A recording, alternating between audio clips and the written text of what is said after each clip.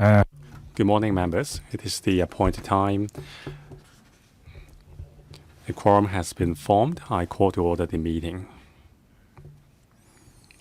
In year 2024, in this legislative session, as at the previous meeting, we have only approved one item with an allocation of $9.8 billion. We have one item on the agenda today. The paper is a funding proposal submitted by the administration involving an allocation of $41,284.3 million. If this is passed by the members, then the total number of items approved will be 2, reaching $51.1492 billion, taking away the amount allocated to land acquisition and computerization program. The total funding for non-works projects shall be $26.9893 billion, and those for works-related projects will be $24.1599 billion. Now, members, if you have any pecuniary interest with the item we are discussing today, please declare the nature of such interest before you speak, and I refer you to Rule 84(1) of the Rules of Procedures concerning voting on matters with which you have an interest in. Item 1, Capital Works Reserve Fund block allocations for 2024 and 25. The paper recommends a total allocation of $41,284.3 million for 2024 and 25 for the block allocations under the Capital Works Reserve Fund, or CWRF. In addition, the paper proposed to increase the approved allocation for subhead B100HX under head 711 for year 2023 to 24 by $27.5 million from $142.9 million to $170.4 million. The government has consulted the panel on transport, panel on information technology and broadcasting, and the panel on development on the 20th of October, 12th of December, and the 13th of December last year, respectively. Members supported referring these funding proposals for the consideration by this committee. The salient points of the respective panel's discussion have been sent to members via email yesterday on the 20th of February. And also on the 14th of February this year, the government has submitted a list of items proposed to be funded by the CWRF block allocations for 2024 and 25.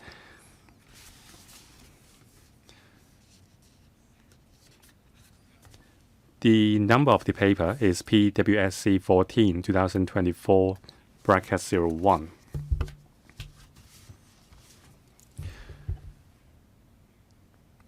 Today we will have the controlling officer or the representative of these controlling officer in attendance today. The list of the administration appearing today has been sent to members previously. We have a lot of officials here with us today, and I will not introduce them one by one. Now I invite members to ask questions in relation to the paper today. Please press the button. 7 members have pressed the button. They are Mr. Lam Chun Sing, Ms. Chen Yuen-Ming, Mr. Chan Xiu-Hong, Mr. Lee Chen-Kang, Mr. Bill Tang, Mr. Chen Hock-Fong, and Mr. Zhu Guok-Keung. Mr. Lam Chun Sing, 4 minutes, questions and answers included. Thank you, Chairman. The CWRF has a lot of items under it. I'm concerned about the Universal Accessibility Program in particular. This is a project with an impact on the community. It is it would be very convenient for elderly people to facilitate their mobility in the neighborhood.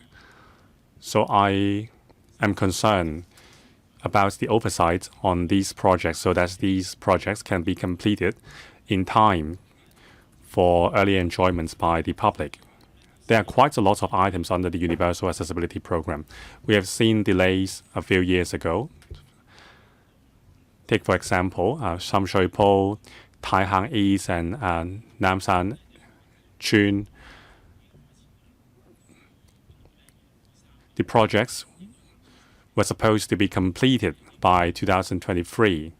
However, according to reports by district council members, it seems that the projects still have a long way to go. The government explained that the contractors are experiencing financial difficulties. There were wages in arrear, and warning letters have been issued to these contractors. I know we are not here to discuss individual items today, but I'm concerned. If we support this funding proposal, how can we make sure that these projects will be completed on time? For contractors with a difficult financial position, it's all you can do. Just issue a warning letter to the contractor. Since they are taking forward the project, we can't change the ride along the way. So if there are delays, can the government interfere? And for the worst cases, can we change the contractors so that the projects can be completed in time? Second question, improvement projects on university campuses. There are lots of renovation, maintenance, and upgrading projects proposed by universities. So how would you accord priority to these projects? Or is it just fair game for everyone? I see some projects, for example, facade safety improvements projects of the polytechnic universities. Is that really urgent? And for the CUHK, there is an upgrading project for the air conditioning system. Is that really necessary? So what considerations would you make when you consider the priority? Which government official will take this question? Highways. Mr. Pang? Yes, I represent the Highways Department. Thank you, member, for your question. Mr. Pang? Yes, please. Thank you, Chairman. Thank you, member. Concerning the Universal Accessibility Program, in the rollout of the program, we conduct oversight at every stage.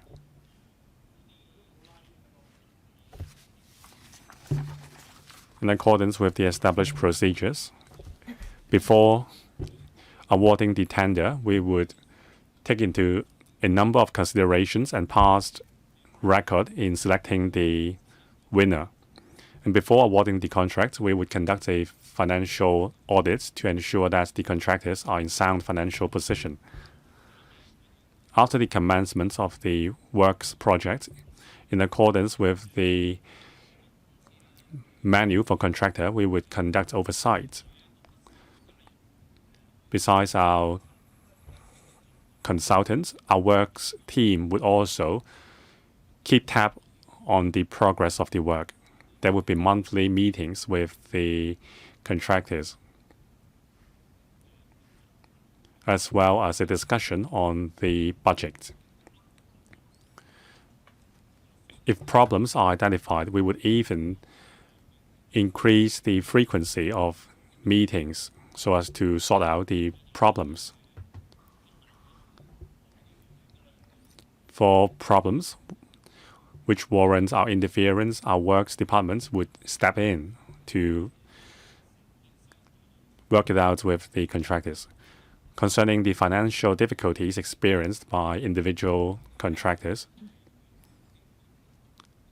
recently there is a case where financial difficulties have undermined the work quality of the contractor. So we have issued warning letters and substandard performance reports and banned the contractor from bidding in projects involving roads and highways last August. The Highways Department has met with the management of the contractors to formulate a plan to catch up with the progress. So by the end of last year, 5 elevators have been commissioned.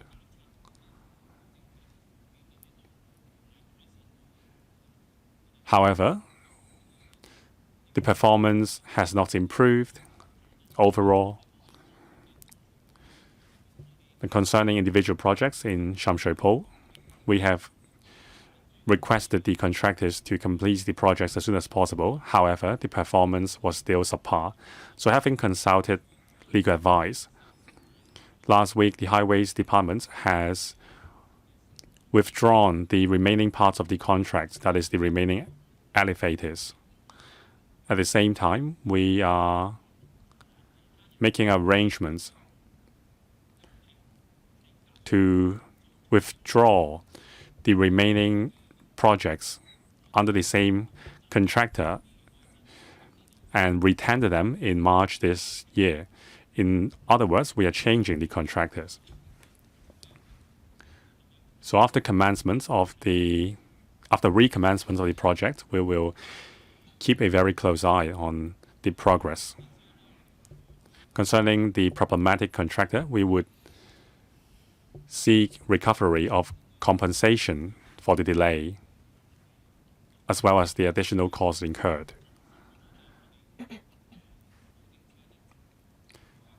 So the highways, Mr. Pang, sorry. I think Mr. Lam's concern is about the progress of the projects. So would you please submit more information to us concerning the progress of programs under the Universal Accessibility Program? How many projects are delayed and what actions have you taken to catch up with the progress? That's the question. Besides money, we are also concerned about the delivery of the projects, so more information is required. So Mr. Lam's question is in respect of Universal Accessibility Program. Second question is about attaching priority, according priority to university campuses projects. So yesterday we had a closed-door meeting.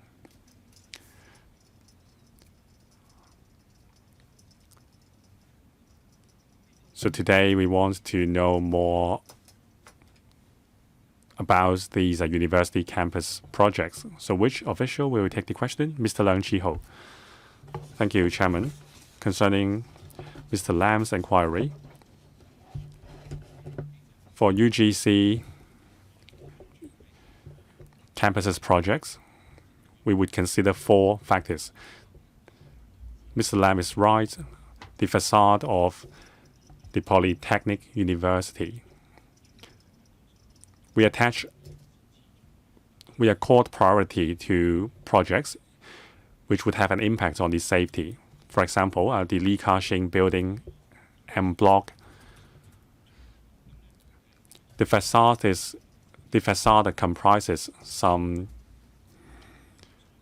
rudimentary blocks, and after the typhoon, the facade of Block M requires strengthening to ensure safety on campus.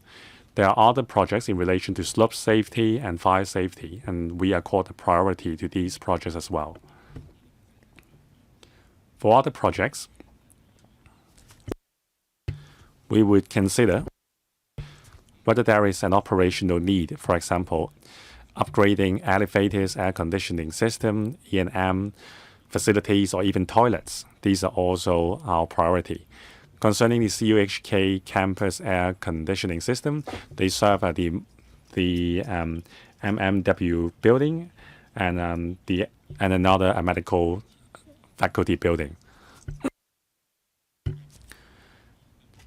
Now the laboratory of the Lee Chapman building also requires the support of the air conditioning system. So that is the CM Lee building for basic medical science. We would consider whether the project would have a benefit on the teaching quality and also better utilization of unused space so as to create a more favorable teaching environment for the students. Next, Ms. Chen Yutming. Thank you. I support the funding allocation to the Capital Works Reserve Fund. I would like to thank the Development Bureau for following up on my suggestions that I put in the meeting of the panel on development by providing a supplementary paper on explaining the breakdown on the Northern Metropolis.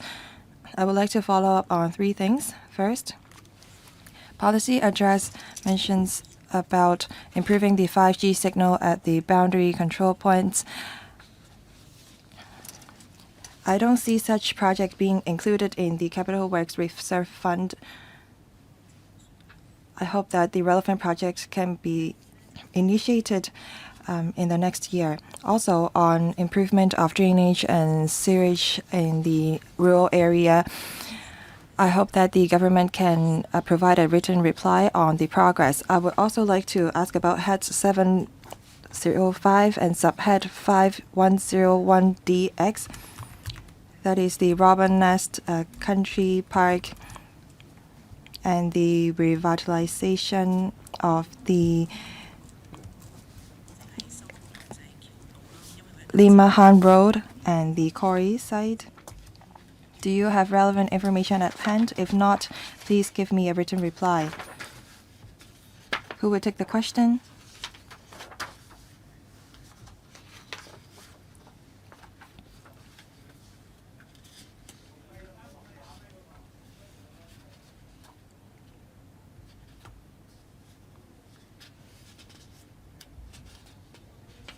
Ms. Yip, please.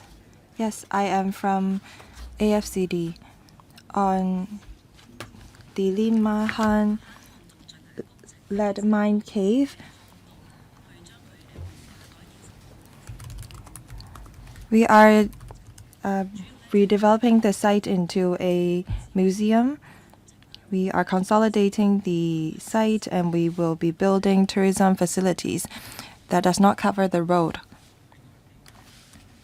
What about the signals at the boundary? Thank you, Chairman. Thank you for concerning about the drainage and sewage in the rural area.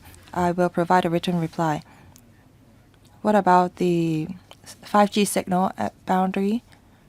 Who will take the question? Mr. Poon?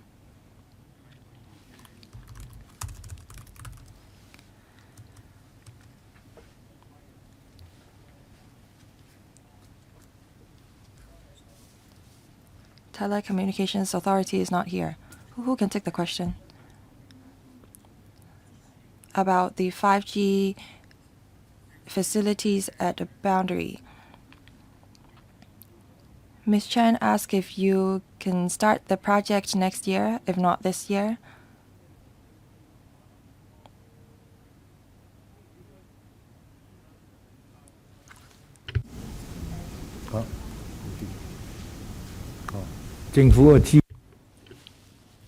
OGO? Mr. Poon? We're not responsible for that. We don't have relevant government officials here. Please refer the question to the relevant department. Thank you. Next, Mr. Chen Xiuhong. Thank you, Chairman.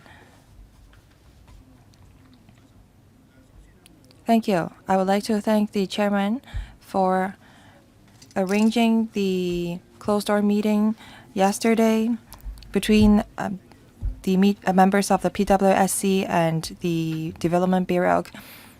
We learned more about the projects under the Capital Works Reserve Fund in the meeting yesterday. The fund is to provide funding for the government to conduct consultancy study and to kickstart minor works. I support the allocation in principle. The ceiling is $50 million or $20 million for projects of different nature. When the funding allocation is approved, the Financial Secretary will empower relevant departments and bureaus to take forward their projects. The LegCo will be monitoring their progress, but I think that this is quite difficult. So all along, I've been concerned about if the government departments will deliberately break down large projects into smaller ones to circumvent monitoring. I hope that the departments and bureaus will be gatekeeping, and I believe that the government has enough or sufficient guidelines to prevent that from happening. I will not go into detail into each and every project. I would like to ask about some broader questions. In the past 4 years, well, I tried to analyze the CWRF in the past 4 years. It went from $24 billion to $41 billion this year. If we break down the funding further if we factor out HED 701, that is land acquisition and compensation, the construction cost about $15 billion each year, approximately. So I believe that the government is disciplined in making use of public fund, so there is not much increase in terms of construction cost. Altogether, construction cost $15 billion. As for HED 701, $24.9 billion is involved out of $41.3 billion of the total CWRF, which amount to or account for about 60% of the entire funding, which is 30 to 40% higher than before.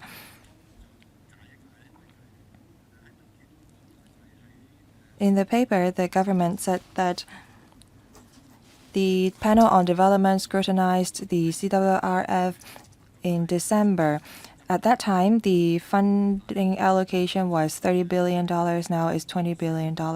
So I would like to know why that is.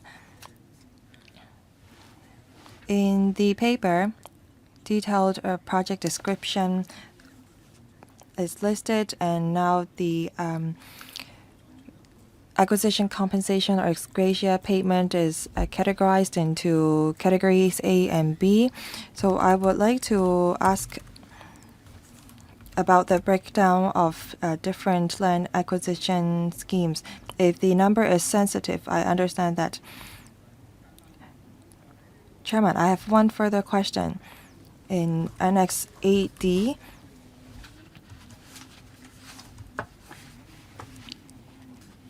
Yunnan South public housing, I understand that there are some quotas for residential care homes for elderly, and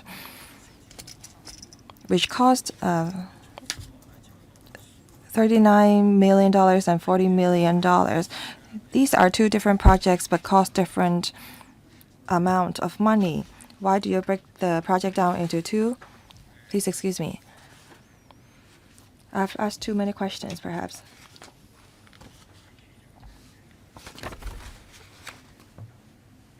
Would Assistant Director of the Lands Department provide supplementary information after the meeting. I now invite the Social Welfare Department, Mr. Yong, to take the question. Mr. Yong, please. I'm asking about Annex 8D. The name of the project are exactly the same, but the number of quotas are different. So are they two different projects, or are you trying to break down large projects into smaller ones? Well, there are two elderly daycare centers. They are two different projects. I wonder if you can let us know if the two reprovisioning projects are different. If they are the same project, please set out the details so that there will not be any misunderstanding. Thank you for your comment. We will follow up on that next time. Thank you. Next, Mr. Lee Chengkan.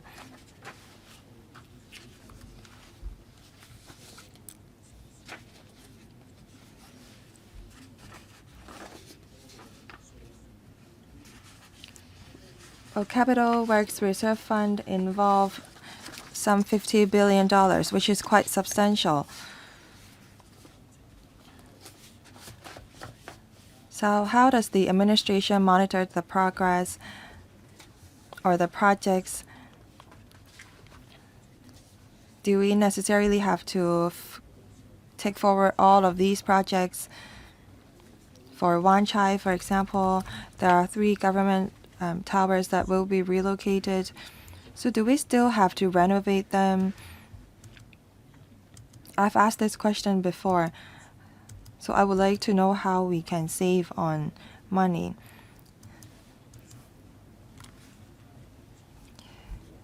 Under each and every subhead, there is other expenditure. I mean, this item, other expenditure, which involve huge sum of money.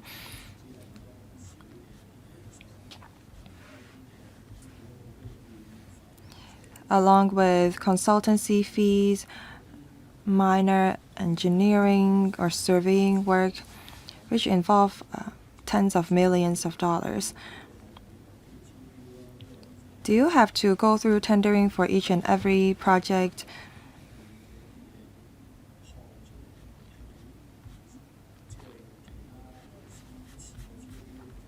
Or can you do block tendering for block purchasing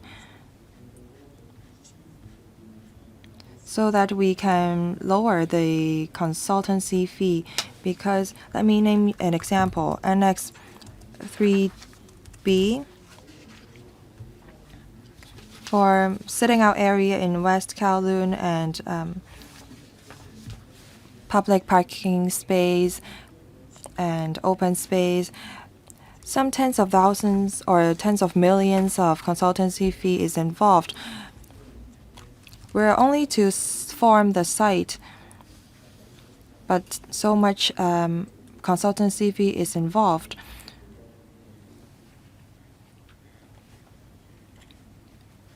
Director of RHSD, thank you. You mentioned the 3 government towers. Some of the offices have been vacated.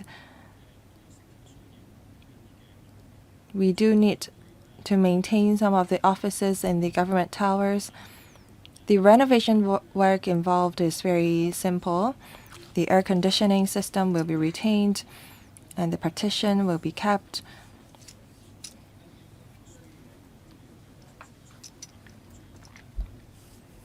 So that when there is a need for office space, we can make use of that in the 3 government towers for a temporary purpose.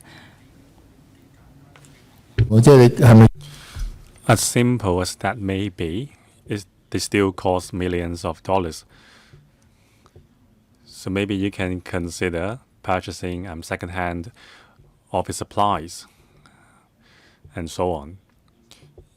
We will consider your suggestion. Or under 3100GX subhead, there are lots of investigation and consultancy fee expenditure. Now, for example, the open space or the resting garden in Towa Road, the project is not simple. We have to conduct underground utilities surveying. We have to identify valuable trees. For that case, we have ball pitches and the playgrounds above ground, and underground we have a car park. So we have to conduct comprehensive investigation. Or you can simply conduct a visual check, and with the assistance of some equipment, you can do it yourselves. So why do you have to spend tens of millions of dollars on engaging a consultant? I just want to save every buck we can. Actually, this was also mentioned yesterday during the closed-door meeting.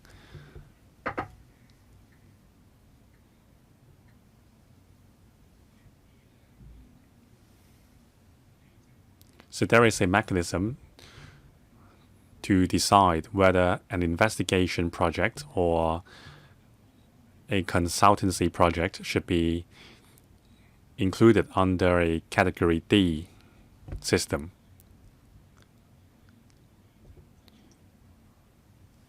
So members, if you have questions about any individual item, you may request further information from the government concerning how the projects are being taken forward. For example, contracting out the project, issuing a term contract, or otherwise. Well, if you want to know more about how individual projects are being taken forward, feel free to reach out to the government departments after the meeting. Mr. Bill Tang. Thank you, Chairman. Having taken another look at the paper, I also share the concerns of previous members. Now, the REO has spent $80 million on renovation. There are two renovation projects, $40 million each. Now, the registration and electoral office is not a department frequently visited by the public, and I don't think their offices are too old.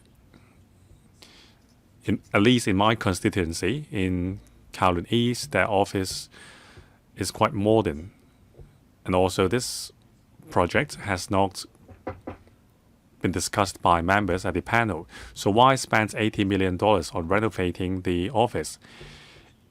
If this funding is for improving the security of the computer system to keep the polling register safe, well, I would support it. But you are breaking down the renovation projects in the Kwun Tong office into two projects so that the price tag for each project is lower than $50 million. So I really want to hear your answer. Why is that so?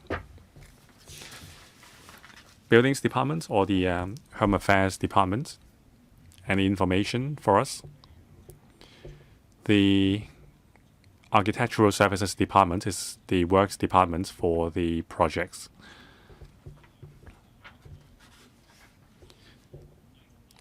There are two items involving two different offices, both $40 million. They are both in Kwun Tong, and these projects will be taken forward at the same time. Now, for the office in the Kowloon Bay Exhibition Center, there is a fitting out project. The other one is at Sky Park.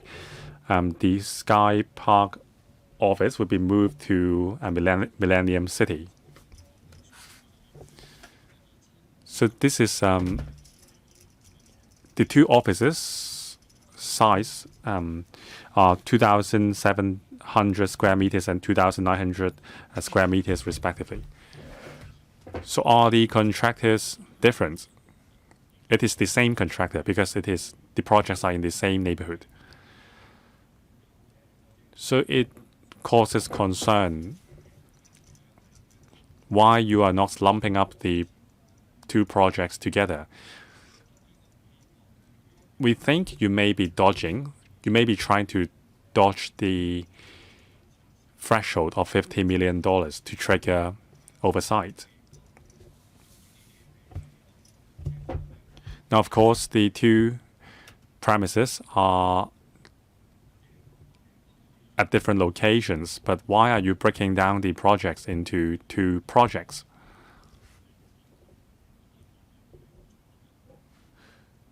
So these are two separate projects, so we are engaging, we are taking forward the projects individually. Now the KITEC is the office at KITEC is going to be vacated, so it is going to be moved to Millennium City and Sky Park. I understand, but you are hiring the same contractor and carving up the contracts into two to dodge the threshold of $50 million. Am I right? So Mr. Bill Tang questions why you have to carve up the contracts given that there is only one contractor, and why not move the offices to the same place? Why two places? Well, the property office would identify appropriate locations for the offices.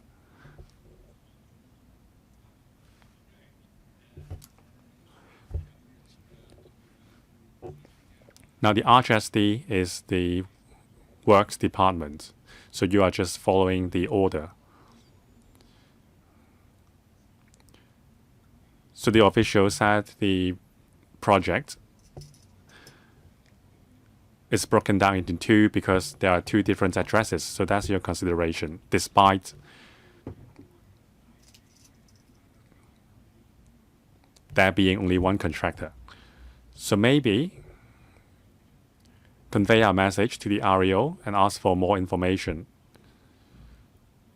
We understand there is a necessity to relocate the office, but why not select the same address for the offices? Why two separate places? So we want more information. Next, Mr. Chen Hock-Fung. Thank you. So about the stargazing facilities on the peak, I've received comprehensive reply from the government, so I don't have any follow-up information. So I look forward to seeing the Orion Belt and other stars from that spot. So head 705, subhead F101CX, the expansion, phase 2 expansion of the cycling track in South Lantau. So I know there will be a cross-trail cycling track in southern Lantau. There are lots of complaints from local residents that the mountain bikers would ride the bikes beyond the cycling tracks. So will there be railings erected along the trail so that the bikers will not go into the villages nearby? There are lots of reports of bikes causing accidents in the community. So will there be any restriction? Now another question, head 0706, subhead 6100DX, the proposed public transport interchange at the Aberdeen Tunnel. Now we have the e-toll system, and there is a free-flowing traffic, and the toll booths are being taken down. But I have yet to learn about the plan to redevelop or reprovision the public transport interchange for buses. So I want to know the plan, how many bus lanes, bus routes will go through this interchange. Another one, head 710, subhead A0076X. Item 2, the resource management platform for the caring teams under the HAD. Now the care teams are already in operation, so what is this resource platform supposed to do? Another one, item 6, upgrading the planned production platform of land information system, and also A007GX upgrading of the digital mapping system of the RVD. So I'm not an expert, but I think these all relate to digital mapping. So can the OGCIO coordinate these projects rather than having individual departments submitting individual requests? We have received a lot of applications from various departments to upgrade the information system to accommodate digital submission of application forms. So would it be better if the OGCIO coordinates this exercise? It may result in better pricing and better quality. Which government official will take the question? Chairman and member, thank you. Concerning information technology,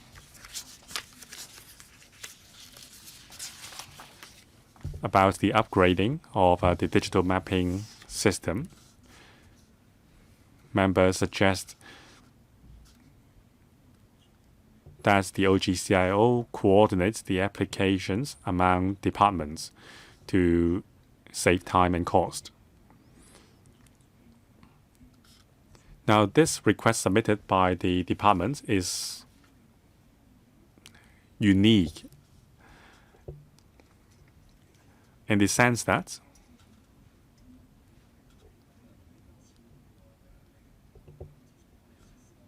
the CNSD needs to relocate their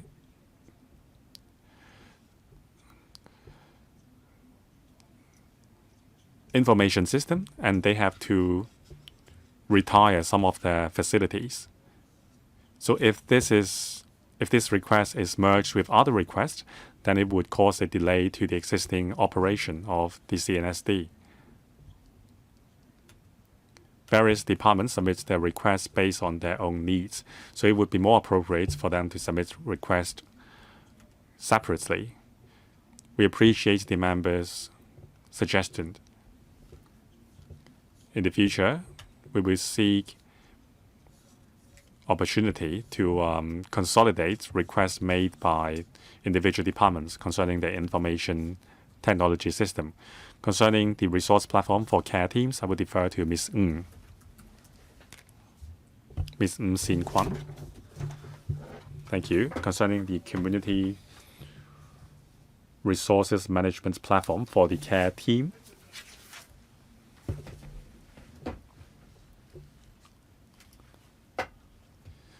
it will utilize a geospatial information system as well as, sorry, please speak into the mic. Am I coming through? Thank you. I will repeat.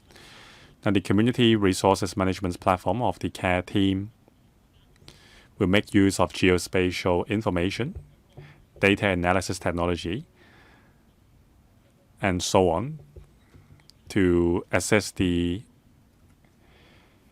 management of internal workflow of the care teams, including completion of tasks, as well as keeping tabs of the KPIs, and also analysis and collection of data, so that the care teams will better understand the needs of the community. Which department will take the other question? Mr. Chen?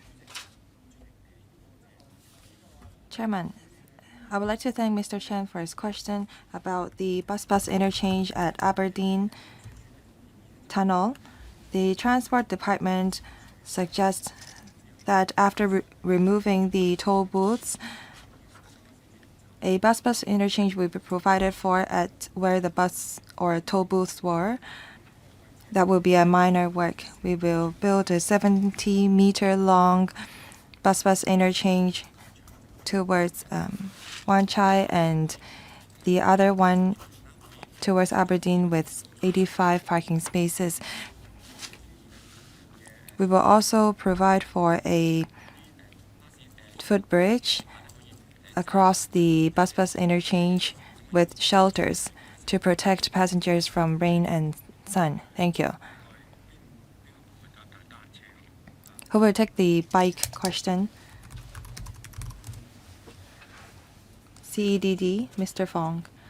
About the mountain bike trail network. During the design stage, when we were working out the alignment of the trail, we tried to stay away from existing villages. And we will provide for directional signage along the way. As for users of mountain bike trails, they may not follow the rules and they may detour. I think that we have to step up education.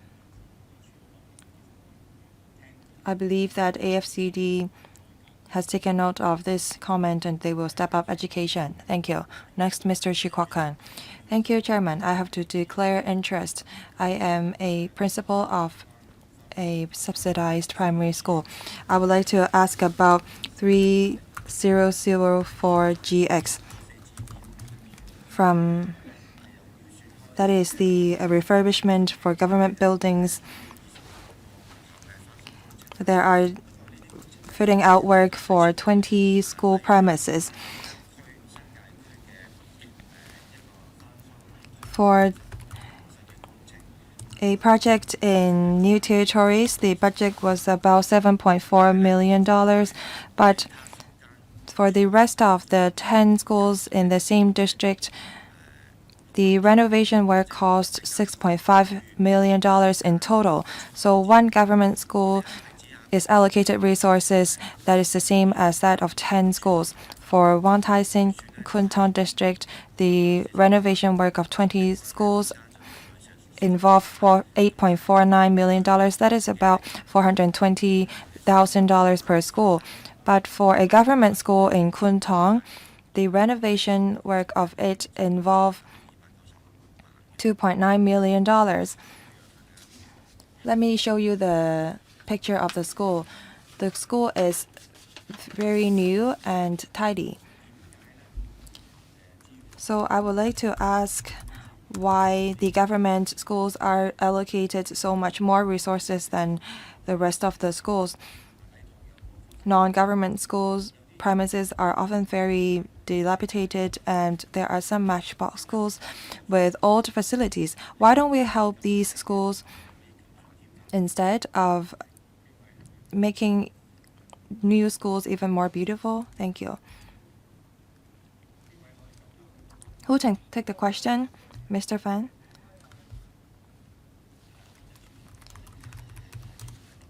Thank you.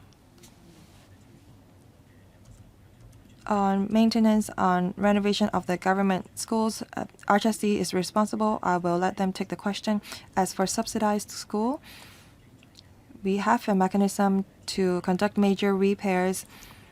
We ask the subsidized schools to make application to us for major repairs, and we will take a look and conduct analysis on the conditions of the school, and we will accord priority in terms of safety, hygiene, and statutory requirements to allocate funding to schools that need major repairs the most. Under A100Q, there are 307 schools that will undergo major renovation and repair.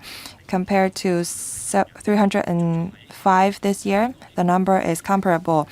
Apart from CWRF, under Head 156, Subhead 900 of FC, we will allocate funding for repairs that amount to less than $2 million. So in terms of budget, we have set aside $1.8 billion for major repairs, which is higher than $1.13 billion this year. Mr. Chu asked about a particular school. He said that the school was rather new, and he asked why you still allocate funding for renovation for that school. Can you provide more information after the meeting? Thank you, Chairman. I believe that the member was referring to a government school. I think that the RHSD will take the question.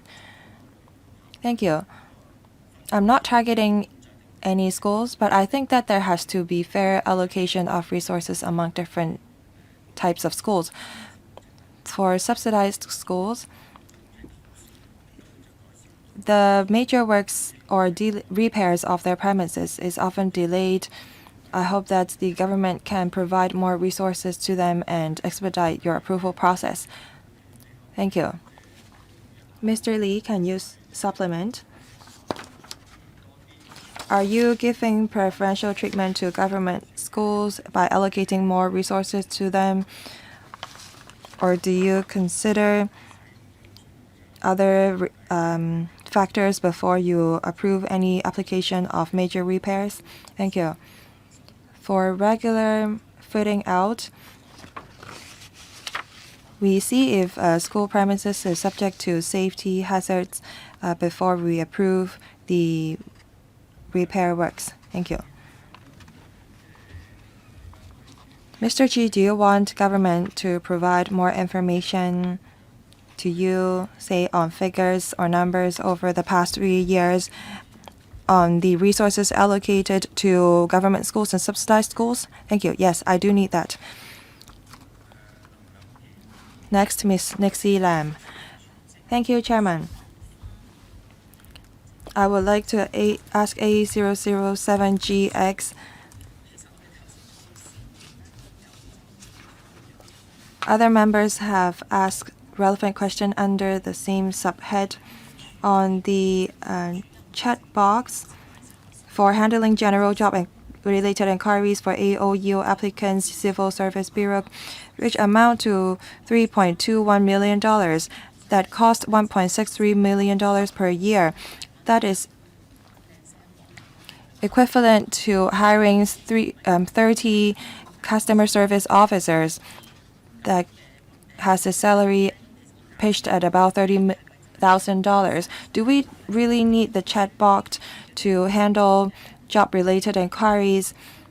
I don't think that the questions put in relation to such applications would be very complicated. So why does it cost so much to implement such a chat box, and why do you need a recurrent expenditure of $1.63 million?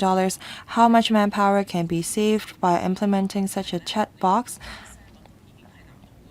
I think that the questions can be answered via WhatsApp. Do we really need to spend so much money on handling general job inquiries for AOU applications? I think that is rather difficult for me to understand why you need to spend so much on this item. Thank you.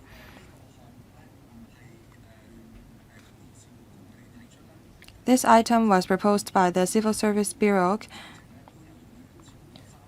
They process about 35,000 applications per year.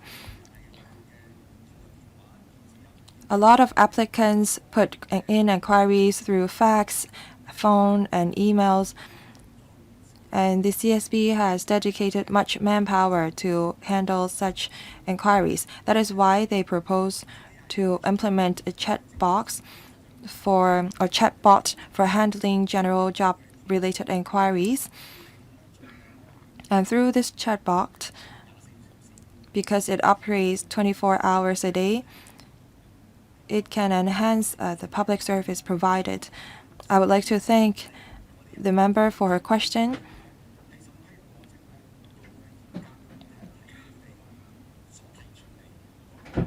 When we are approving the project, we will look at the cost along with other factors.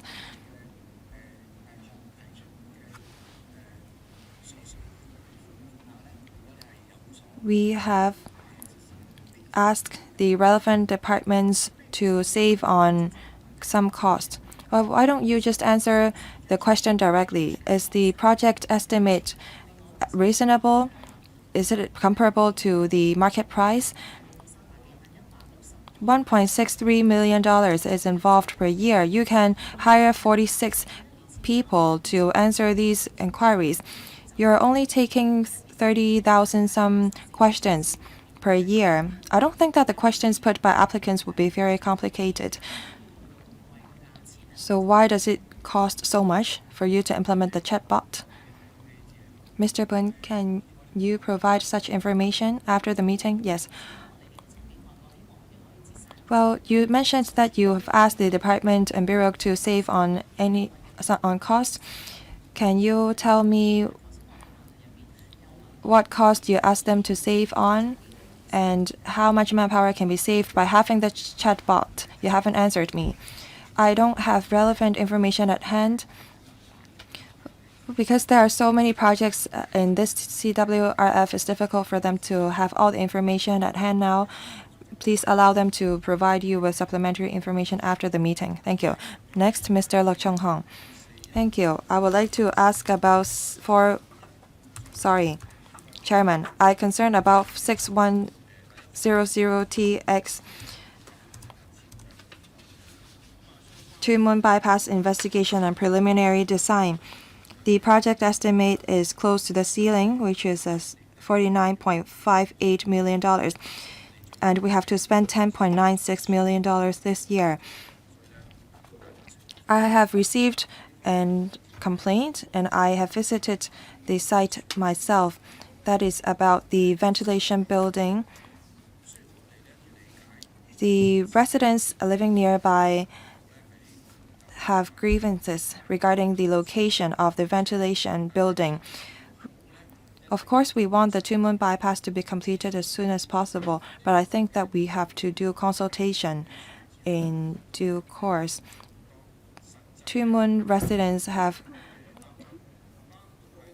asked questions about visual impact. They said that the relevant facilities is too close to people's residences. Some facilities are just 100 meters away. So is the location suitable for constructing the ventilation building? Although the environmental impact assessment said that is suitable, but it seems that they are not putting in a filtering facilities. So residents are concerned about the pollutants that will be emitted from vehicles using the Two Moon bypass. There are suggestions on alternative site. For example, there is a breakwaters in Two Moon typhoon shelters. Why can you not build a ventilation building at the breakwaters at the Two Moon typhoon shelter that is away from residents? Now, is there room for adjustment of the location of the ventilation building since the project is now only under investigation? Will the government consider alternative site at River Trade Terminal? That is a Two Moon Area 40. I think that Two Moon bypass is an important facility to connect the River Trade Terminal and the residences. Now, between the two locations, there are only 8.6 km of length in between. For Central and Wan Chai bypass, it's very convenient. So is there room for us to have an exit or entry in the middle of Two Moon bypass so that we can go on to the bypass more easily? Thank you. Mr. Chen Ka-ho, Chairman, concerning Mr. Michael Look's question.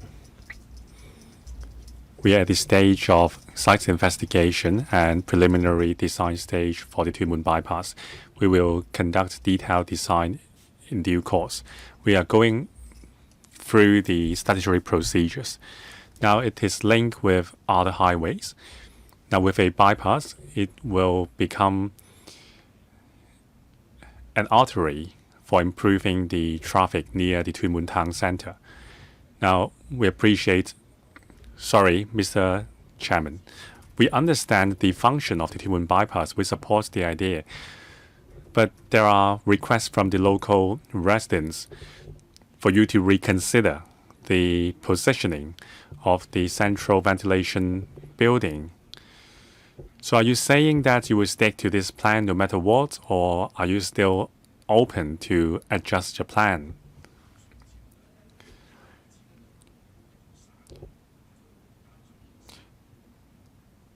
Now, the proposed location of the central ventilation building is near the hill, and the residents are worried about the exhaust being trapped in the area. Now, we will consult the residents. We will also reach out to your office to do it together. Well, I hope you are not just complying with the minimum requirements of the statute. You have to make sure that everyone is happy with the project. What about the alignments and the location of the central ventilation building? Is it something cast on stone, or is there still room to adjust the plan? Now we will continue to follow up with the concerns. After the meeting, we will submit more information for members to study. Next, Dr. Lo Wai Kwok. Thank you, Chairman. Every year, the administration would seek approval from the Legislative Council concerning the block allocation for the CWRF, subject to the final approval of the Finance Committee. This is the mainstay every year. The CWRF block allocation involves projects with a smaller funding cap. Now, the totality of the price tag seems to be astronomical, but do bear in mind that these covered a large number of projects, and the price tag for each individual project is small. This saves us a lot of time for approving the individual projects one by one. Now, I think our memory is still fresh. Back in the time when we have the mutually destructive camp with us, the block allocation for the CWRF failed to be approved by the PWSC after 6 meetings. In the end, it was submitted to the Finance Committee without our recommendation, and the CWRF block allocation was approved just in time. Without the passage of the funding, a lot of projects could not commence, and it caused a huge delay to the projects and also caused hardship for the contractors and the industry, especially SME contractors. I was approached by a lot of SME contractors who told me of their plight. That's why I have been fighting the mutually destructive camp all the way. So I think it would serve as well to remember the chaos back then. It is very easy to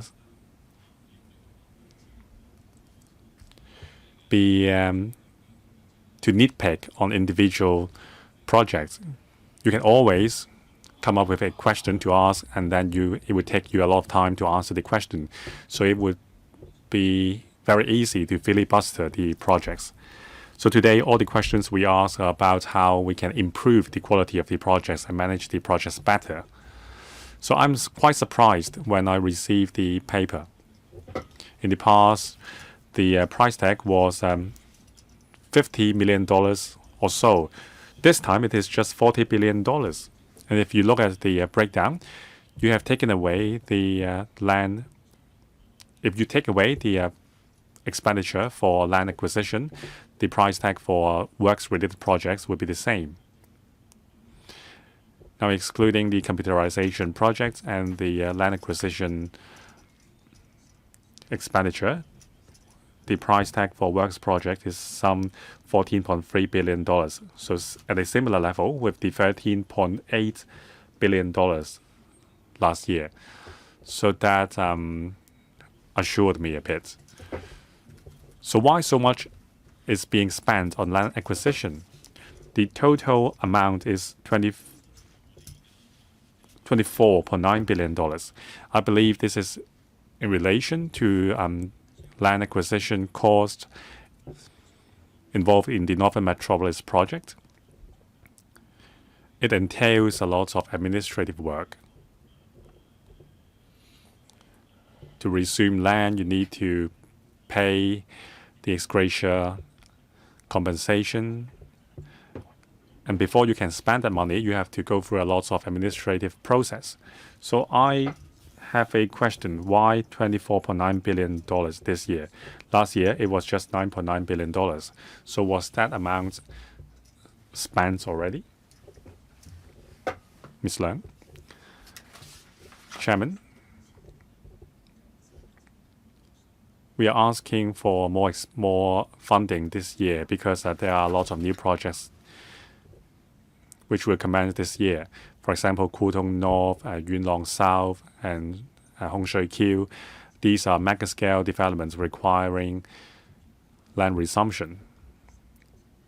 In terms of administration, after land resumption, the government has a responsibility to compensate the affected parties. So in accordance with our experience,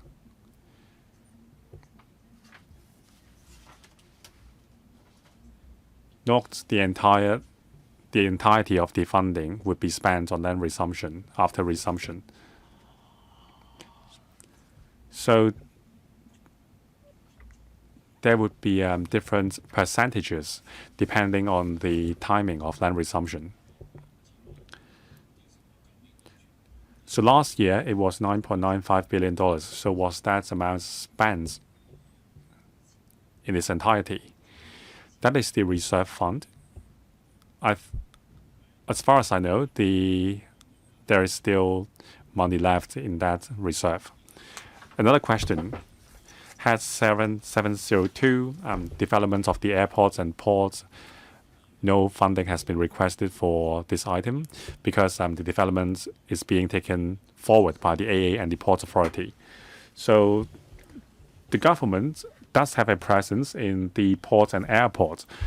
For example, the logistic department. So why is there no funding request for ports and authority, the ports and airports? Maybe the administration can give you an answer after the meeting. Next, Mrs. Regina Ip. Thank you, Chairman. This is my first time attending PWSC meeting, so I know nothing about the history, so my questions may be basic. Head 703, subhead 3100GX, proposed new items. Now, Tung Chung Area 134, new town expansion. There will be a site investigation work for quarters for married junior police officers, and also there is a fire station cum ambulance depot in Queens Hill, Fan Lane. So $9.6 million and $7.2 million. do they cover the entirety of the work? So how many years will these investigations work take? Mr. Lee? Now, concerning the married junior police officers' quarters in Area 134, the $9.6 million will include the consultants' fees for construction materials, logistics, traffic, impact assessments,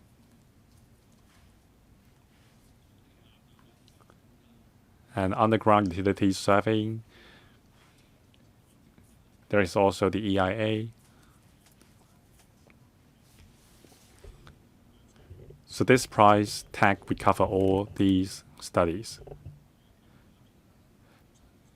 The situation is the same for the station cum ambulance depot at Queens Hill, except that there is also the consultancy's fees also cover the construction method. So that's all covered. So the total amount is $9.6 and $7.2 million.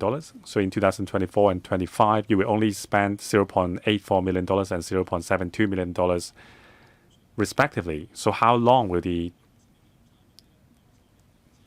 project itself take?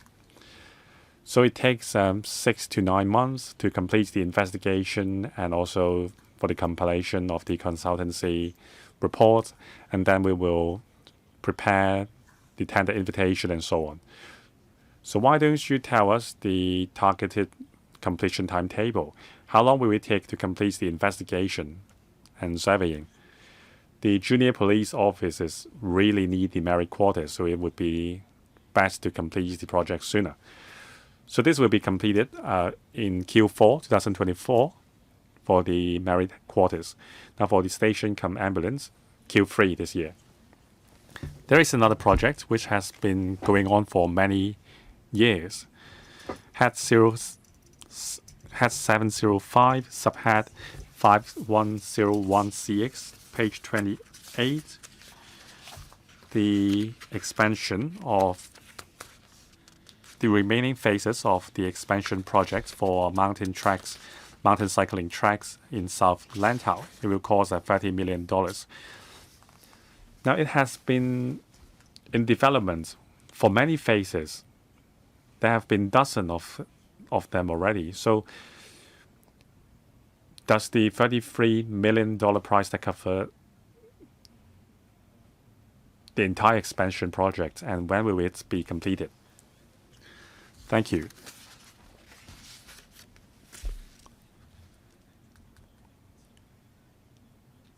It takes a long time because in one particular village, the Shaplong village,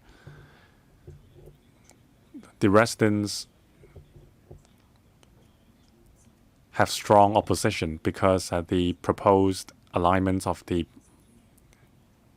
biking trail is too close to the village. So we had to redesign the alignment, so it took us some time. Beside alignment, we had to assess the impact on the ecology. So that's why it took more time. Now, generally speaking, the alignment is set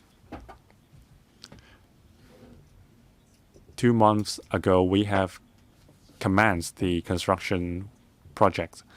We expect the entire project to be completed in middle 2026. So did I hear it right? The entire project in New Territories? Or is it just confined to South Lantau? Just the South Lantau? Now we know there are a lot of opposition just in South Lantau, but I think the New Territory cycling track would be very popular. So when will that be completed? For the cycling network in New Territories, there only remains the Chuen Wan to Tuen Mun section. Between Chuen Mun and So Kun Fat, we are going to apply for funding from the FC for that part of the cycling track soon. We have been dealing with various opposition in the past, and it is still ongoing. Mr. Tang Fei. Thank you, Chairman. I support the funding allocation because livelihood of people are involved, so it's very important. I have one question at page 78 to 79 of the paper, that is subhead 711. The estimate of 2023 to 24 was about $14 billion. Now it amounts to $17 billion. The increase about 19%. The revision is more significant than the inflation rate. Now we have a fiscal deficit, so I am concerned about the rate of increase. If we look at page 79,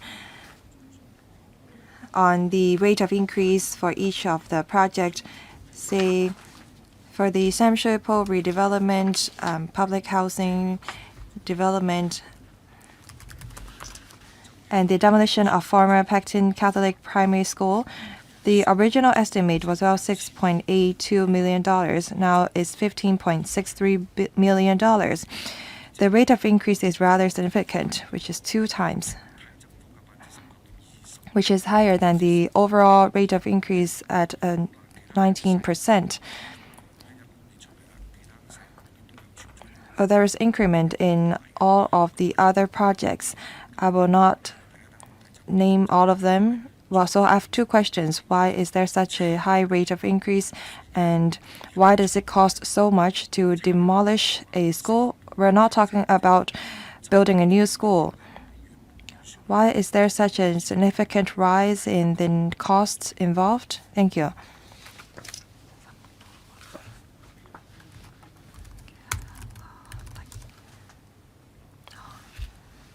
Who can take the question? Housing Bureau?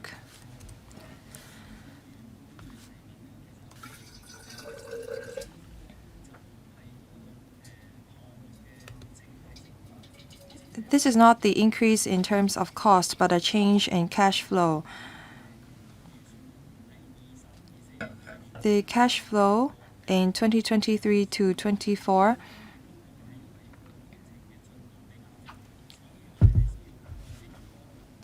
has to be allocated to this year because the progress is faster than expected. As for the demolition of former Pectin Catholic Primary School, the cost is not the cost of demolition.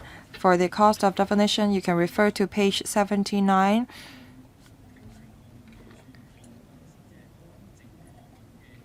On the project estimate, that is the cost of the project. But for the estimate in 2023 to 24, that is the cash flow for that year. We're talking about $6.82 million. Well, because the works was faster than expected, we need more money to pay our contractor. That is why we asked to increase the estimate for this year. So in the end, the $22.78 million estimate will not change. That is correct. We are only changing the cash flow allocation. Thank you. Before I invite Dr. Chow to put questions,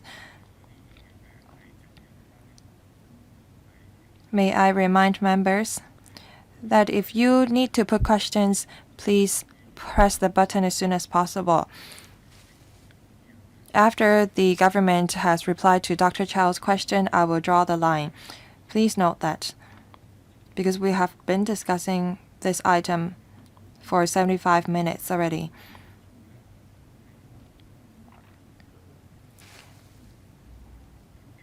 I hope that we can put this item to a vote as soon as possible. Would members in the building please note? Dr. Chow Mai-kwon. Thank you, Chairman. I'm concerned about 2 projects. I've put the same questions in the panel on development, and I've checked the relevant figures in the past 5 years about Head 708 and 8100EX about the bidding out and renovation work of higher institutions in Hong Kong. The latest figure is $622 million. That is 13% lower than the original proposal, which amount to $715 million. As mentioned by the head of UGC, some of the projects have been completed. That is why the cost estimate for this year is lower. But I looked at the figures over the past 5 years. The amount ranges from $600 million. From 2018 and 19, the figure is lower. This is very important. We need to turn the 8 higher institutions in Hong Kong into a cluster so that we can become a regional education hub. There are a lot of dilapidated facilities in the higher institutions. If you lower the estimate, that will undermine our effort in turning ourselves into a regional education hub. We need to provide for better seminars and lecture halls and so on. If we lower the estimate, we cannot improve the facilities. And how can we turn ourselves into a education hub? We cannot save on money dedicated to education despite a fiscal deficit. The chief executive has mentioned in various occasions that we have to turn ourselves into an international education hub. I would like to ask about Head 710, Subhead A007GX, about the Immigration Department Administrative Computer Systems, about Hearn Yun Wai E-Channel, and relevant facilities. Will the government consider providing an all-in-one device that allow for fingerprinting and inserting ID cards or touchless clearance or retinal recognition so that we can purchase a single device that provides all sorts of services so that we don't have to purchase a dedicated machine for a dedicated function. Thank you. Mr. Leung. Thank you for your question. I completely agree with what member said. In the 2023 policy address, the chief executive said that we should turn Hong Kong into an international education hub. The chief executive said that we have to enhance quality and improve capacity.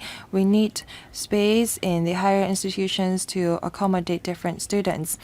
That is the foundation for us to improve our education systems and to contribute to our country. Going back to the funding allocation, as mentioned in the meeting last year, the figure is lower because the medical center project has been completed. Member mentioned that the cost was about $600 million in 2018 to 19. That's because the government allocated dedicated funding to hospital authority that amount to $30 billion, involving 60 projects. This project was proposed in 2021 to 22.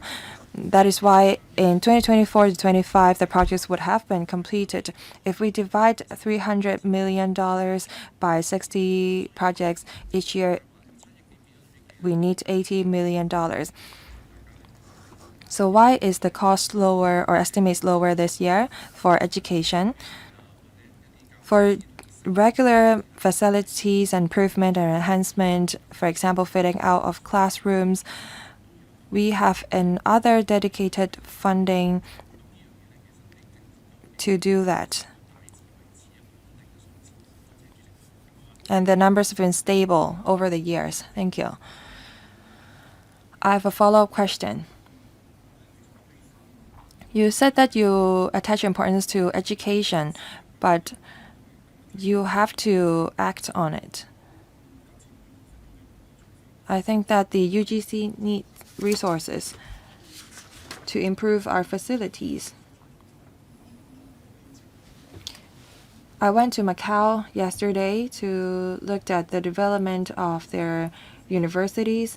We were taken aback and surprised by their rapid development. I think that we have to catch up. Otherwise, we will lag behind. Mr. Lang,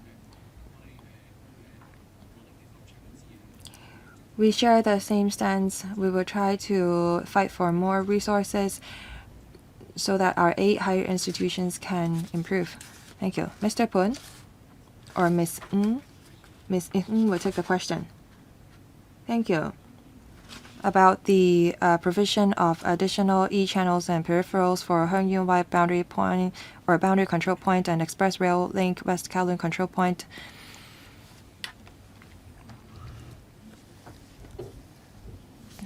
In the immigration centers, we will be adding 4 e-channels on both sides.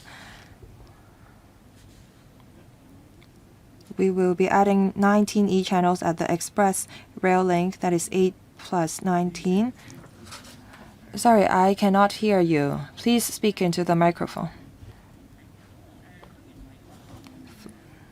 For the Hengyun Wai Boundary Control Point project, in the immigration hall there, we will add 4 e-channels on both sides. That is 8 e-channels in total. In the immigration hall in the express rail link West Kowloon Control Point, we'll be adding 18 e-channels in total. We will be using facial recognition technology to identify the visitor. And we will also be providing more hygienic self-service clearance services. As to whether we will procure devices that can serve multiple functions, we will look into that. Next, Mr. Champulan. Thank you, Chairman. I would like to ask about Head 705 and Head 5001BX. The estimates for 2024 to 25 is about $1.32 billion. There are 3 parts to it. For the recurrent projects and the new projects, I don't really understand what programs or projects are involved because they only state landslip prevention and mitigation program. The same title is stated for all of the projects under the ongoing key items and the new items. They only include the locations after the title. I think that the number of batches is only understood by the CEDD. So I don't really understand what kind of projects are involved. It's difficult for me to really understand or know whether the estimate is reasonable. In the proposed new item, Item 1, Landslip Prevention and Mitigation Program, Kowloon and New Territories East Phase 1, Contract 1. In Item 3, it says also New Territories East and New Territories West Phase 1, Contract 1. I fail to understand what these entail.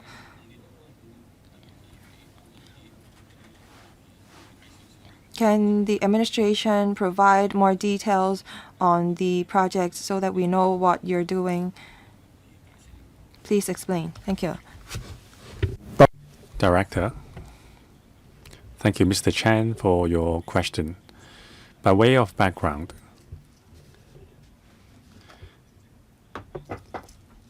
annually speaking, under the landslip preventive measures, there are 3 items.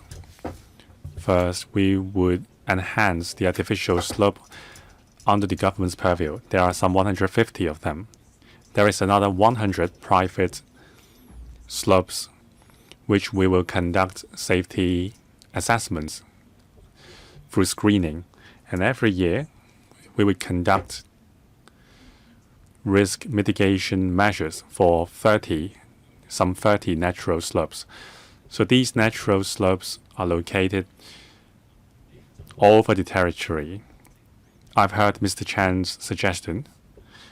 True, if you just look at the description of each item, each project, it may not be very clear.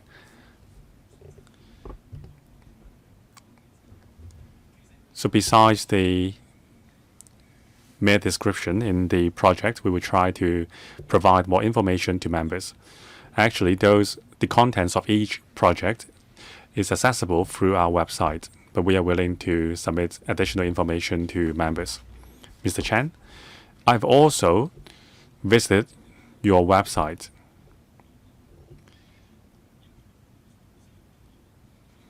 But I can't look for every one of these projects mentioned in the paper one by one.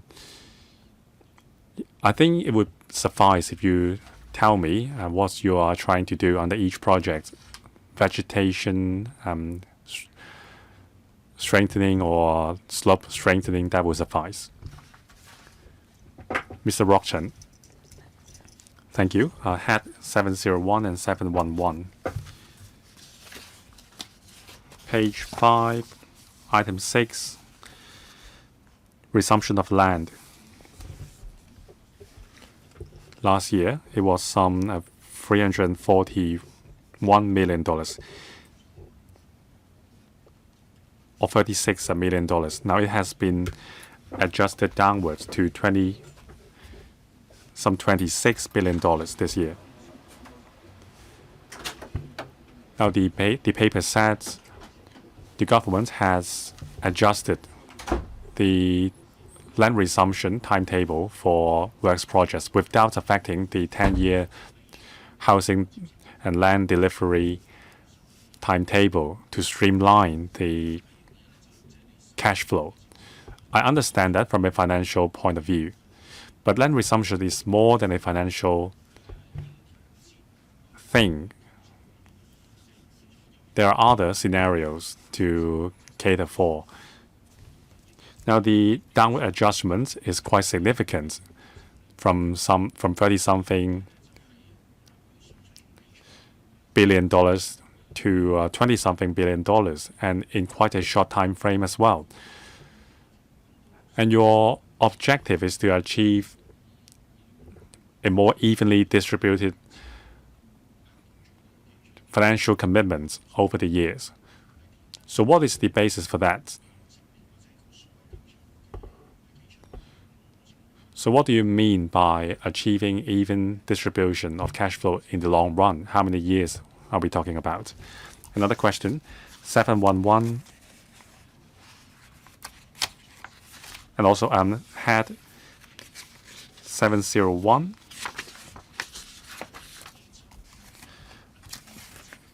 Or 711, in enclosure 12, there are 7 items. It has been adjusted upward for $15 million. Now you are proposing another raise again. I understand this is because of the cash flow situation. It's not because the cost has gone up. And I'm pleased that these 7 items are way ahead of schedule. I'm happy with that, but why? What explains the early delivery of these projects? I want to know why. Thank you. Ms. Leung.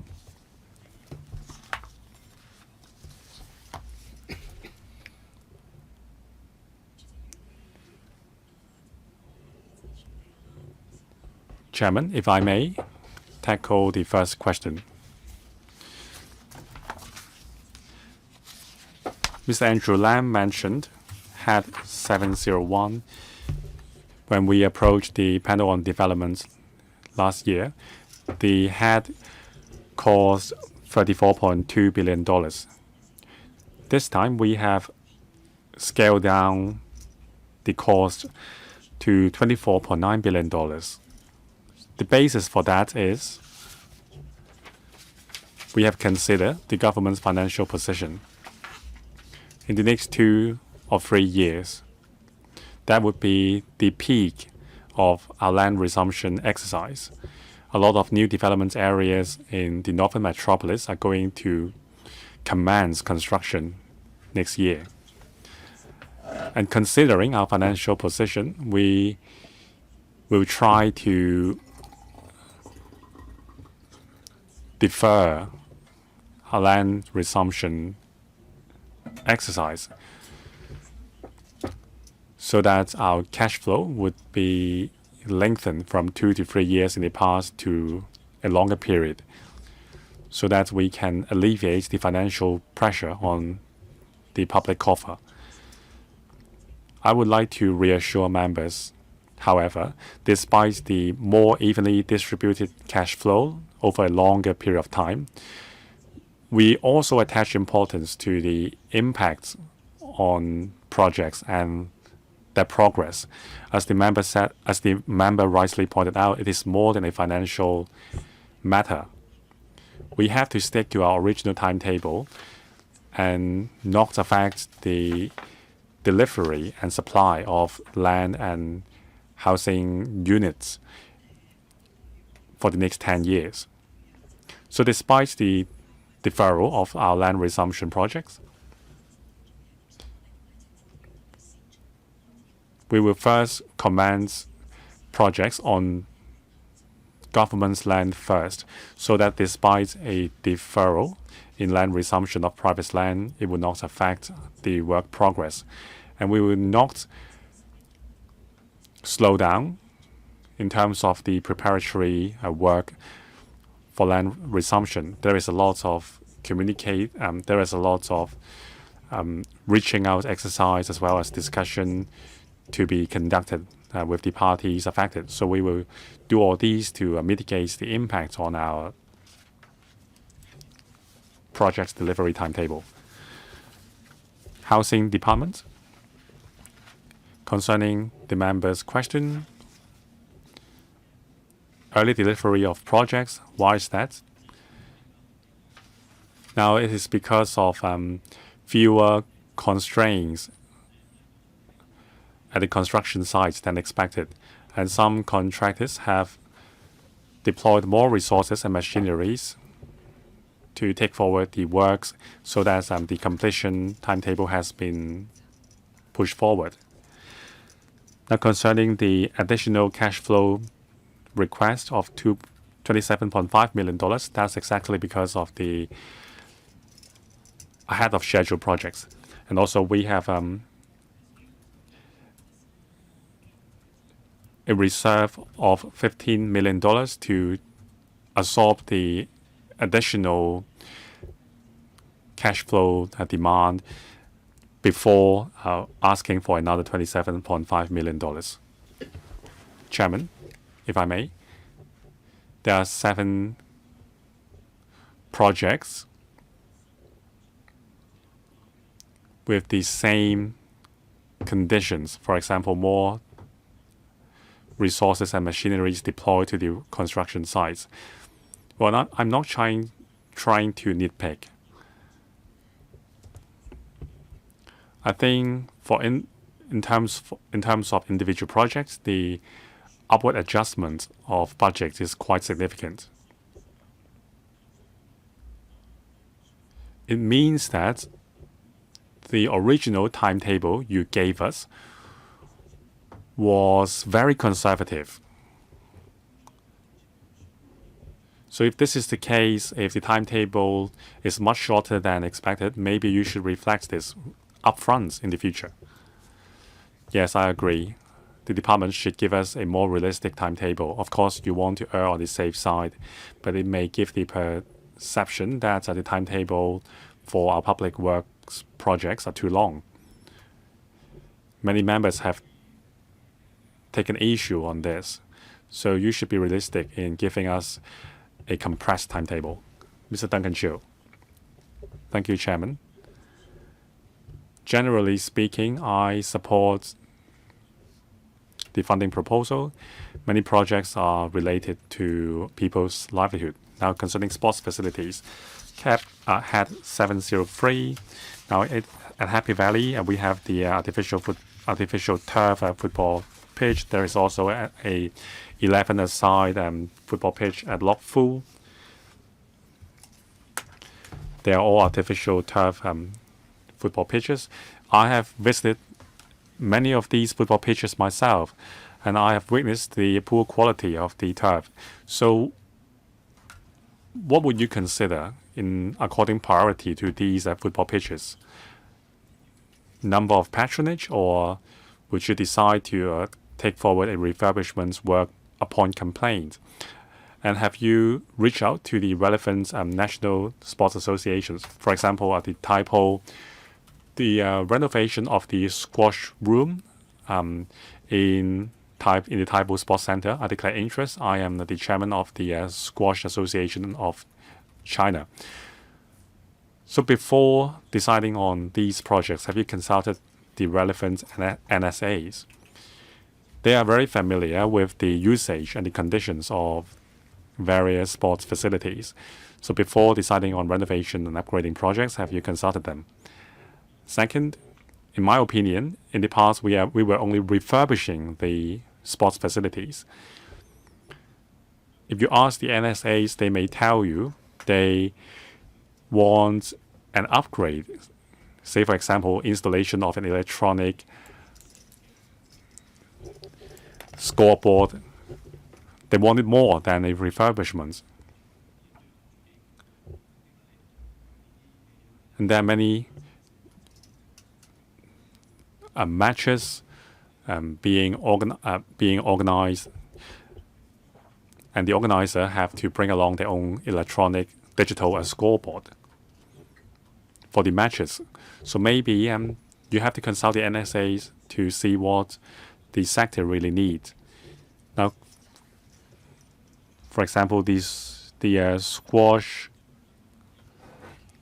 center upgrade, this squash court conversion into climbing room with bouldering facility. Well, the timetable is 1 year. I think 3 months will suffice. Which official will take the questions?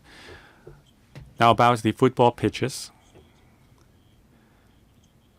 The LCSD would approach the NSAs before deciding on the projects. I can't answer you whether these two projects whether the NSAs have been consulted for these two projects. For the Happy Valley football pitch, the usage is high and the turf has deteriorated, so a renovation is called for. Now for the other pitches, because of natural wear and tear, another refurbishment is warranted. Now I will have to reply Mr. Duncan Chiu after the meeting concerning whether the NSAs have been consulted. So please convey Mr. Duncan Chiu's point to the LCSD. What about the other facilities? The HAD, Mr. Au.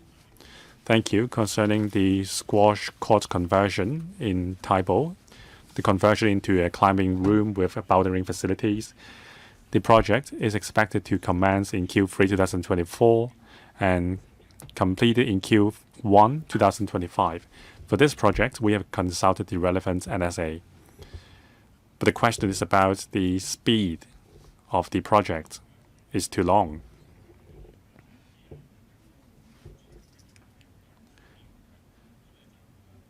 Many users are using the existing squash court, so we have to plan for it carefully without affecting the usage. So that concludes the first round of questions. For the second round, we have 3 members, including Mr. Bill Tang, Miss Nixie Lam, and Mrs. Regina Ip. 3 minutes each, including questions and answers. Mr. Bill Tang. Thank you, Chairman. I definitely support the funding allocation for the Capital Works Reserve Fund because minor works projects are involved. I asked about the project relating to REO.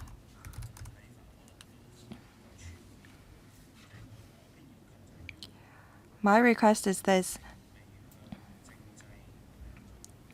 If the registration and electoral office have not briefed the panel on administrative,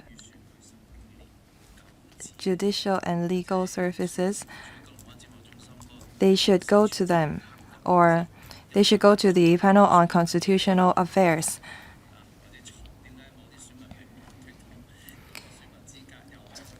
We often go to the offices at HITEC when we want to launch inquiries and petition for appeals. I think that the government has to do more publicity work because people are used to going to their office at Kowloon Bay.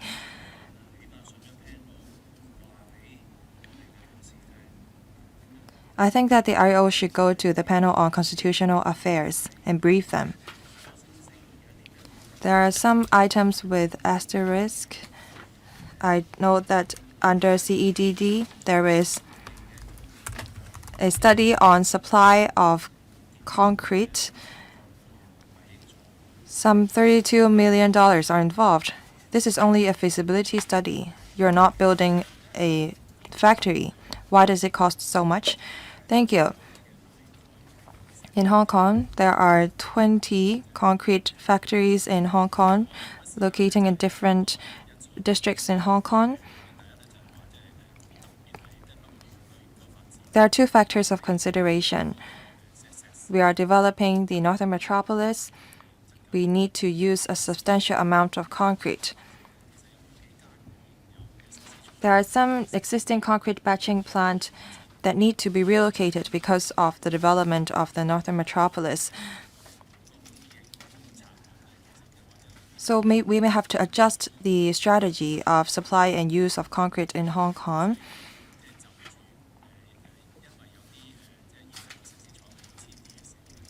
With the relocation of some of the concrete batching plants, we may need to set aside some site for those relocation projects. So we have to look at the distribution on a holistic manner. Thank you. Ms. Nixie Lam. Thank you, Chairman. Because I've used up my time in my first round of questioning, I would like to follow up. I believe that my question will not be answered. I would like to speak about the attitude of the administration. When I was asking about the chatbot, that's one of the major projects under the computerization subhead. There are 24 government officials here. If you don't have relevant information, what are you here for? If you're not prepared for any of the questions, and if you answer all the questions by saying that you will provide written reply, why do we even convene this meeting in the first hand? I hope that the government officials will prepare better next time. You should be providing such basic information when you're asking for such a substantial funding allocation. This is an attitude problem. There was a question that was not answered by any of the government officials here. I am very disappointed. I hope that you can better prepare next time. Please don't just say that you will provide for written reply after the meeting. I was asking a very simple question: how much manpower can be saved by digitalization or by having a chatbot? I think that the government officials responsible should be held responsible. I think that we have to be fair because there are a lot of projects involved. Chairman, I beg to differ. I disagree. Computerization is one of the major projects or item. Ms. Lam, I have a suggestion. If you would like to know more about a certain item, please ask the Secretariat earlier so that she can ask the administration to prepare the relevant information in advance. Providing information after the meeting is not ideal, but actually there are so many projects involved. There are 20-some government officials that are here. I believe that there are even more civil servants who are involved in all of these projects. I think that we can coordinate better. Mr. Pun, any response? Thank you for your suggestion. We accept your criticism and we will provide supplementary information after the meeting. Next, Mrs. Regina A. Thank you, Chairman. I have a simple question. I would like to ask about heads 705 and subheads 5101CX. That is category D works. Item 9, feasibility study of Lantau transport network. Because the transport network in Lantau is very problematic, so we do need this feasibility study on road network enhancement in Lantau. I think we need a tunnel connecting Tai O and Discovery Bay. Can the director talk about what this feasibility study cover? Mr. Fong. Thank you. There are two parts to this feasibility study, as mentioned by Mr. Ip. In East Lantau, we will be constructing a new road connecting to Mui Wo and Discovery Bay. We will also be providing for a new vehicular tunnel connecting to Siu Ho Wan. We are undergoing a feasibility study on that. As for Lantau West roads, there are two options that we are exploring, including constructing a new vehicular tunnel connecting to Sekpik. And we will also explore the possibility of improving the Keunsan Road by building an elevated highway.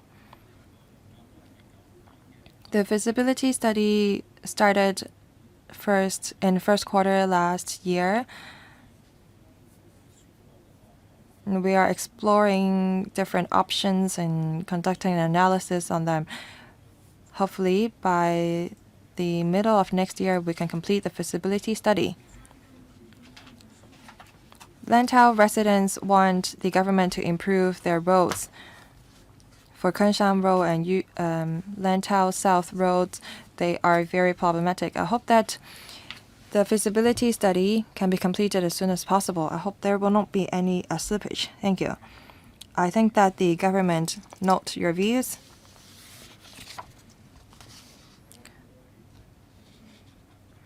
I hope that the relevant government departments will follow up.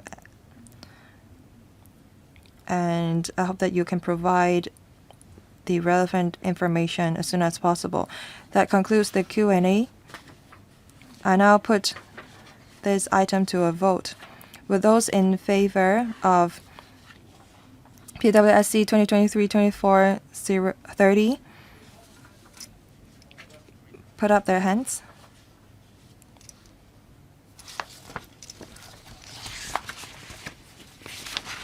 Will those against please put up their hands? No. I think that the members who voted are in favor of the proposal set out in the paper. This proposal is approved or passed. As for whether the Finance Committee, the FC, should further discuss this item, in accordance with paragraph 41A of the PWSC procedures, I put the following question to a vote. This subcommittee recommends the Finance Committee further discussing the proposals set out in paper PWSC bracket 2023-24-30.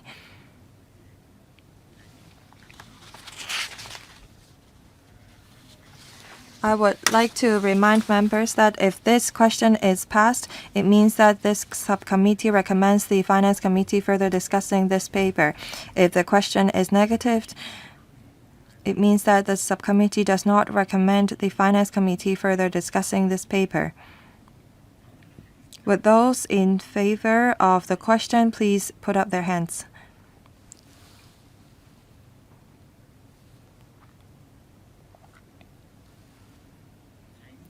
Would those against please put up their hands? There's one member. I think that the majority of the members who voted are in favor of the question. This question is passed. It means that the subcommittee recommends the Finance Committee further discussing the paper PWSC 2023-2430. The funding proposal approved today will be submitted to the Finance Committee for consideration in March 2024, tentatively. The next meeting of this subcommittee will be held on the 27th February 2024, that is next Tuesday, 8:30 a.m. to 12:30 p.m. This is an additional meeting, and we will reserve for 4 hours for that meeting. Please be on time. This meeting is concluded. Thank you.